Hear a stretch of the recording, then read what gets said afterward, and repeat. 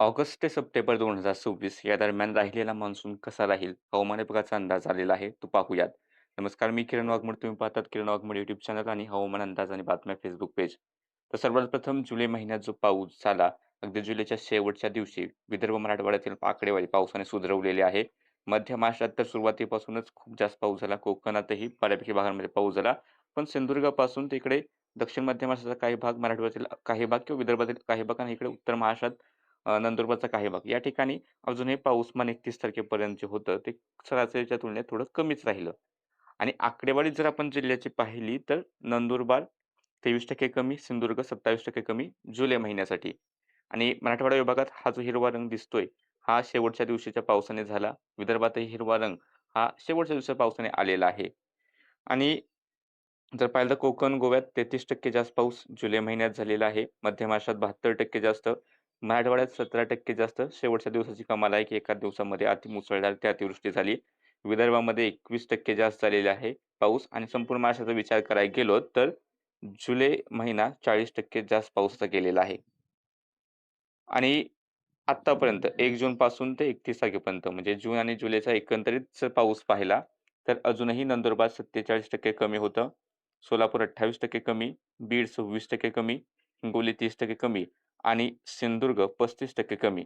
तर नाशिक, पुणे, पालघर सरासरीहून खूपच जास्त पाऊस. मुंबई शहर, उपनगर, छत्रपती संभाजीनगर, बुलढाणा सरासरीहून जास्त पाऊस आणि राहिलेले जिल्हे सरासरीच्या आसपास पावसाच्या नोंदी झालेल्या आहेत. यात आकडे पाहिले तर कोकण गोवा 2% अधिक पाऊस, मध्य महाराष्ट्र 20% अधिक पाऊस, मराठवाडा 8% कमी, विदर्भात 1% कमी आणि संपूर्ण महाराष्ट्राचा विचार करायला गेलो तर पाऊसमान हे 6% अधिक झालेलं आहे.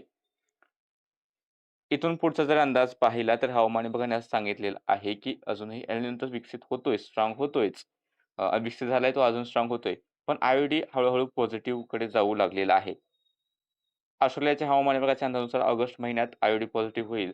तर आपल्या हवामान विभागाचं जे मॉडेल आहे ते अजूनही पॉझिटिव्ह आय दाखवत नाही. पण हवामान विभागाने सांगितलंय, की सप्टेंबर महिन्यात आपल्याला पॉझिटिव्ह झालेला पाहायला मिळू शकतो.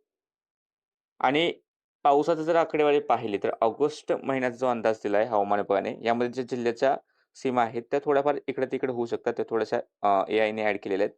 तर यानुसार सोलापूर जिल्हा, धाराशिवचे काही भाग, लातूर, बीड, छत्रपती संभाजीनगर, जालना, परभणी, हिंगोली, नांदेडचा काही भाग, तसेच अमरावतीचा काही भाग पूर्वेकडील, यवतमाळचा बऱ्यापैकी भाग, वर्धा, चंद्रपूर, गडचिरोली आणि गोंदियाचा भाग आणि नागपूरचे थोडेसे दक्षिण देखील भाग.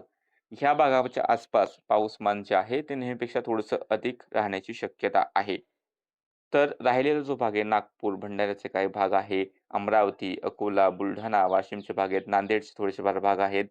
नंतर अहिल्यानगर, पुणे, नाशिक, धुळे, नंदुरबार, जळगावचा भाग आहे किंवा सातारा, सांगली, कोल्हापूर आणि कोकण किनारपट्टी गोवा या ठिकाणी ऑगस्ट महिन्यातही पाऊसमान सरासरीहून कमी राहू शकतं, असा हवामान विभागाचा अंदाज आलेला आहे.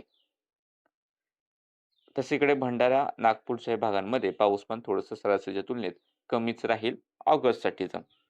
आणि सप्टेंबर महिन्यातील जर अंदाज पाहिला किंवा ऑगस्ट आणि सप्टेंबर दोन्ही महिन्याचा मिळून जर अंदाज पाहिला, तर पाऊसमान इकडे नंदुरबार, धुळे, जळगाव या भागाकडे किंवा नाशिकचा उत्तर भाग आणि थोडासा गोंदियाचा भाग या ठिकाणी थोडंसं जास्त दाखवतंय. याचाच अर्थ असा, की ऑगस्टमध्ये जर उत्तर महाराष्ट्रात कमी पाऊस दाखवत असेल मॉडेल हवामान विभागानुसार, तर सप्टेंबर महिन्यात या ठिकाणी पावसात वाढ होणे अपेक्षित आहे. तर मराठवाडा विभागात ऑगस्टमध्ये जास्त पाऊस दाखवत असला, तर सप्टेंबर महिन्यात पाऊसमान कमी राहील अशी सध्या शक्यता दिसते. साधारणतः 33 ते 45% शक्यता आहे, की या ठिकाणी पाऊसमान कमी राहील. म्हणजे संपूर्ण मराठवाडा विभागातील सर्व जिल्हे म्हणजे छत्रपती संभाजीनगर, जालना, परभणी, हिंगोली, नांदेड, लातूर, धाराशिव, बीड पाऊसमान ऑगस्ट आणि सप्टेंबरचं जर आपण पूर्ण पाहिलं तर कमी राहील. ऑगस्टमध्ये जास्त असलं तर सप्टेंबरमध्ये पाऊस कमी राहण्याचा अंदाज आहे. पूर्ण विदर्भात थोडासा गोंदियाचा भाग वगळता याही ठिकाणी ऑगस्ट आणि सप्टेंबर दोन्ही मिळून अंदाज पाहिला तर पाऊसमान कमी राहील. नाशिकपासून ते इकडे अहिल्यानगर, पुणे, सातारा, सोलापूर, सांगली, कोल्हापूर याही ठिकाणी पाऊसमान ऑगस्ट आणि सप्टेंबर दोन्ही महिन्याचा अंदाज घेतला तर पाऊसमान कमी राहील. कोकणातही सप्टेंबर महिन्याचा आणि ऑगस्ट महिन्याचा एकत्रित अंदाज पाहिला तर पाऊसमान कमी राहण्याचा अंदाज आहे. बाकी सध्याच्या अपडेटमध्ये इतकंच. हवामानाचे असेच अंदाज माझे चॅनल सबस्क्राईब करून ठेवा. Facebook पेजला फॉलो करा.